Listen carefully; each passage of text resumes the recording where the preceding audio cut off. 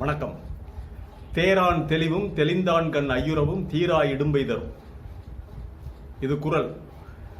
யாரை சந்தேகப்படணுமோ அவனை சந்தேகப்படுறதில்லை, ஆனால் யாரை நம்பணுமோ அவனை நம்புறதில்லை.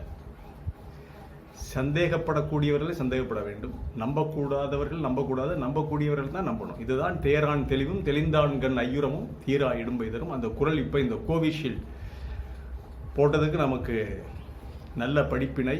இதை ஆளுகின்ற அரசு, மத்திய அரசு ஏனோதானோ தங்களுக்கு வேண்டிய நிறுவனம், வேண்டப்பட்ட நிறுவனம், சீரம் நிறுவனம் என்று மக்களுடைய 140 கோடி மக்களுடைய உயிரோடு விளையாடி இருக்கிறார்கள். அதை நான் ஏற்கனவே பேசிட்டோம். இப்போ என்ன செய்யலாம், அதை பற்றி தான் பேச போகிறோம். இது பேச்சுரிமை சேனல். பேச்சுரிமை சேனலோடு இணைந்து பயணித்துக் கொண்டிருக்கின்ற நண்பர்கள் அனைவருக்கும் வணக்கம். அதாவது லண்டன் கோர்ட்டில் ஒப்புக்கிட்டாங்க, ஒப்புதல் அளித்து விட்டார்கள். இந்த கோவிட்டுக்கான தடுப்பூசி இந்தியாவில் தயாரிக்கப்பட்ட தடுப்பூசி, அந்த தடுப்பூசி இரத்தத்தை உறைய வைக்கும் ஆபத்து உள்ளது என்று ஒப்புதல் வாக்கு மூலம் அரிதிலும் அரிதாக நடக்கும்னு சொல்லியிருக்காங்க. ஆனால் அவங்களுடைய பேச்சையெல்லாம் நம்ப முடியாது. முதலில் இல்லை என்று மறுத்தவர்கள் இப்போது ஒப்புக்கொண்டிருக்கிறார்கள். ஆகவே 10-20% பாதிப்பு இருக்கலாம். சரி, இதை நாம எப்படி ஃபேஸ் பண்றது? ஆளுகின்ற அரசும் ஆளுகின்ற பொறுப்பில் இருக்கின்ற பெரிய மனிதரும் தினமும் மன் கி பாத்னு பேசிக்கிட்டு இருந்தார் தானே ஒழிய, ஆளுகின்ற பிரதமரும் ஆளுகின்ற அரசும் நம்மை கைவிட்ட பிறகு நாம் எதை நம்புவது, யாரை நம்புவது? நம்மைத்தான் நாமும் நம்ப வேண்டும். சரி, இதிலிருந்து எப்படி நம்ம ரத்தம் உறைதல் என்றால், அதற்கு ரத்தம் உறைவதற்கான ஒரு சூழ்நிலை எப்படி உருவாகும்னா, ரத்தத்தின் அடர்த்தி அதிகமாக இருந்தால், ரத்தத்தினுடைய அடர்த்தி அதிகமாக இருந்தால் ரத்தம் உறைவதற்கான வாய்ப்பு அதிகம். அப்படின்னா என்ன இருக்கணும்னா, ரத்தம் லிக்விடேட் அதிகமாக இருக்கும், தண்ணி மாதிரி இருக்கணும், அடர்த்தியாக இருக்கக்கூடாது, டென்சிட்டி குறைவாக இருக்கும். அப்போ நாம் என்ன செய்யலாம், அதற்கு என்ன மாதிரியான உணவுகளை எடுத்துக்கொள்ளலாம் என்று நாம் பல்வேறு டாக்டர்களிடம் பலரிடம் கேட்டதில் நமக்கு கிடைத்த தகவல்கள், நம்முடைய அசஸ்மெண்ட்ஸ் சிலதையை சேர்த்து சொல்கிறோம். இதுக்கு இந்த ரத்தம் உறைதலை தடுப்பதற்கு விட்டமின் இ வேணும். விட்டமின் இ அதிகமாக எடுத்துக்கொள்ள வேண்டும். விட்டமின் கே ரத்தத்தினுடைய அடர்த்தி அதிகமாக்கும். அது ஒரு சில காய்கறிகள் இருக்கு, தேவைப்படும் போது இதை எடுத்துக்கொள்ளலாம். ஆனால் விட்டமின் ஈங்கிறது ரத்தத்தினுடைய அடர்த்தியை குறைக்கும். ஆகவே அது விட்டமின் இ எதில் அதிகமாக இருக்குன்னா, கிவின்னு ஒரு பழம் இருக்குல்ல, இந்த கிவி பழம், அந்த பழத்தில் தான் இது விட்டமின் இ மிக அதிகமாக இருக்கிறது. அதற்கடுத்து பார்த்தால் ஆரஞ்சுக்கு அடுத்து ஆரஞ்சு அதோடு ஒப்பிட்டு பார்க்கும்போது மிக அற்புதமான நம்முடைய கனி, அவ்வை அதியமானுக்கு கொடுத்த நெல்லிக்கனியில் என்ரிச்ட் வித் விட்டமின் இ அதிகமாக இருக்கு. அதே மாதிரி அந்த பழங்கள் திராட்சை பழம், கருப்பு திராட்சை விதையுள்ளது, திண்டுக்கல்ல விளையக்கூடிய அந்த பன்னீர் திராட்சை அந்த கருப்பு திராட்சையில் இருக்கு. அது மட்டுமல்ல, வெள்ளை பூண்டில் இருக்கு, வெள்ளரிக்காயில் இருக்கு. இப்போ நம்ம தண்ணி யாருமே அதிகம் குடிக்கிறது இல்லை. உடம்புல அதிக நீர்ச்சத்து வேண்டும். அதான் சொல்றாங்க, நீர்ச்சத்து அதிகமாக இருக்கணும். அப்போ ஒரு நாளைக்கு 10 டம்ளருக்கு குறையாம தண்ணி குடிக்கணும். குறைந்தது 10 டம்ளர் தண்ணி குடிக்கணுங்க. நீர்ச்சத்து அதிகமாக இருக்க வேண்டும். ரத்தத்தினுடைய டென்சிட்டி குறைவாக இருக்கணும். அதற்கு விட்டமின் இ அடங்கிய பழங்கள், நான் சொன்ன பழங்கள், ஆரஞ்சு அதிகமாக எடுத்துக்கிறங்க. கிவி பழம் கிடைக்காது நமக்கு, அது ஏழைகளுடைய பழம் இல்லை, பணக்காரர்களுடைய பழம். ஆரஞ்சு கிடைக்கும், நெல்லிக்காய் கிடைக்கும். நெல்லிக்காய் இப்போ விலை அதிகமாக விற்கிது. நெல்லிக்காய், ஆரஞ்சு, வெள்ளரிக்காய். அது போக காய்கறிகளை பொறுத்தவரை மிளகு, தக்காளி, கீரை அடிக்கடி உணவில் சேர்த்துக்குங்க.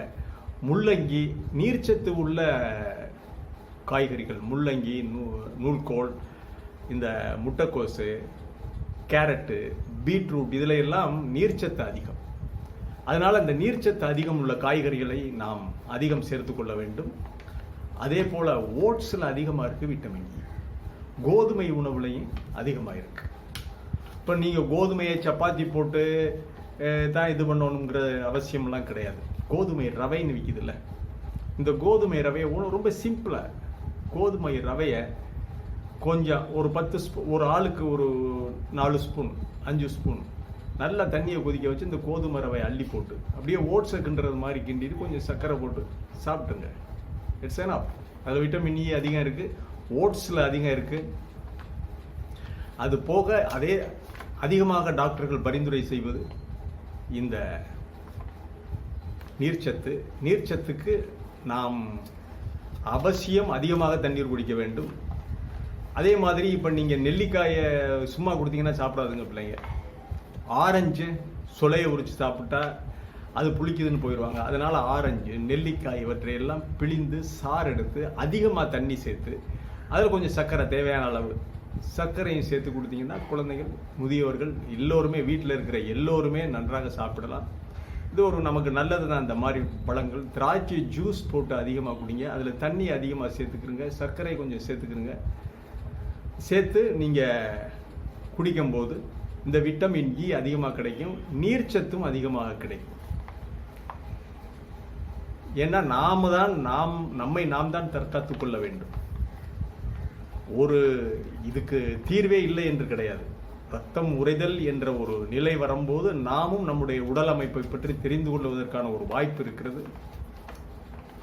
அதன்படி இந்த மாதிரியான பழங்கள், கீரைகள், கீரையில் குறிப்பாக மிளகு தக்காளி கீரை அது கிடைக்கும், எங்கேயுமே கிடைக்கும். அந்த மிளகு தக்காளி கீரையை எடுத்துக்கிறங்க.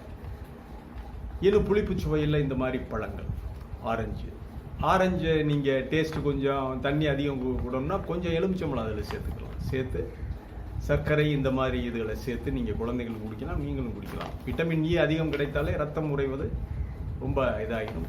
மிக முக்கியமான விஷயம், ஏன் மற்ற நாட்டுக்காரர்கள், வெள்ளைக்காரர்களுக்கு, ஆப்பிரிக்கன்ஸுக்கெல்லாம் இந்த மாதிரி பிரச்சனைகள்லேருந்து அவங்க விடுபட்டு நிற்கிறாங்கன்னா, அவங்க தாம்பத்திய உறவு என்பது அவர்களுக்கு தொடர்ந்து தங்களுடைய வாழ்நாள் முழுவதும் அதை கடைபிடித்துக் கொண்டிருக்கிறார்கள். அதை ஒரு பழக்கமாக வைத்திருக்கிறார்கள். நம்முடைய இந்த கோட்பாடுகள், வர்ணாசிரம தர்மம், இந்த இது தீட்டு, இந்த பிரச்சனைகள் தான் நம்முடைய உடல் ரீதியான தொந்தரவுகளுக்கு அதிகம் காரணம். பழைய காலத்தில் இருந்தது விரதம் இருக்கிறதெல்லாம் அது நல்லது. ஆனால் இப்போ வேற மாதிரி மாறிடுச்சு. அளவுக்கு அதிகமான சடங்குகளை கடைபிடிக்கிறோம். ஆகவே வெள்ளைக்காரர்கள் மிக ஆரோக்கியமாக இருப்பதற்கு காரணம் அவர்கள் கடைபிடிக்கின்ற தாம்பத்திய உறவு. ஏனென்றால் பிளட் சர்க்குலேஷன், தொடர்ந்து அந்த பிளட் சர்க்குலேஷன் நடந்துக்கிட்டே இருக்கும். ஒரு குறிப்பிட்ட இதில் ஒவ்வொரு வாரத்திற்கு ஒரு முறை, 2 வாரத்துக்கு ஒரு முறை, 2 நாட்களுக்கு ஒரு முறை இந்த பிளட் சர்க்குலேஷனுங்கிறது நல்லா போகும்போது சீரான ஒரு ரத்த ஓட்டம் உடம்புக்கு கிடைக்கும். இதனால தான் இந்த தாம்பத்திய உறவுங்கிறது முக்கியமான, அது அவரவர் விருப்பத்தை பொறுத்தது. நான் யார்கிட்டையும் வலியுறுத்த விரும்பலை. இது ஒரு ஃபேக்ட், இதுவும் ஒரு காரணம். ஆகவே இந்த மாதிரி விஷயங்களை நாம் கடைபிடிப்போம். அரசு சித்தம்போக்கு செவம்போக்குன்னு சொல்லி இதை பற்றி அவங்க கண்டுக்கவே இல்லை. இதை பற்றி எதை பற்றியோ பிரதமர் பேசுகிறார். இதை பற்றி ஒரு விளக்கம், இதை பற்றி மக்களுக்கு நம்பிக்கை அளிக்கும் விதமாக எந்த ஒரு பேச்சும் இல்லை. மன் கி பாத்தில் பேசுவார், அது மங்கி பேசுகிற பேச்சாக போய்விட்டது. மன் கி பாத் மனதோடு பேச்சு, இது குரங்கு பேச்சாக போய்விட்டது. அவர் பேசுவதெல்லாம் உண்மைக்கு முரணாக பொய்யை வாரி இறைத்து கொண்டிருக்கிறார். அவருக்கு இதில் எல்லாம் கவனம் செலுத்துவதற்கு இதில்லை. மக்கள் தான், நாம் தான் ஒருவருக்கொருவர் செய்திகளை பரிமாறிக்கொள்ள வேண்டும், எச்சரிக்கையாக இருக்கும்.